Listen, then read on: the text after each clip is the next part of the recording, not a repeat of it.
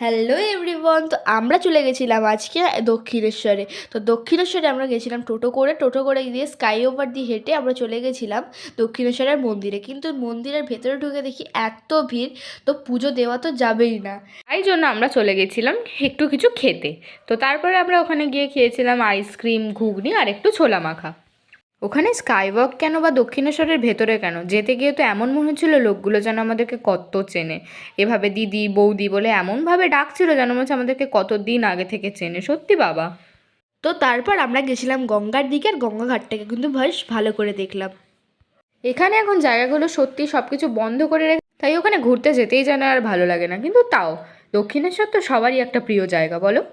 তো তারপর আমাদের একটু খিদে পাওয়ার কারণে আমরা ইডলি আর ধোসা খেয়ে নিয়েছিলাম। ইডলি আর ধোসাটা খেতে কিন্তু খুব সুন্দর ছিল। তো তারপরে আমরা লঞ্চে করে রওনা দিলাম বেলুড় মঠের দিকে। লঞ্চে করে যেতে না আমার তো ভীষণ ভালো লাগে।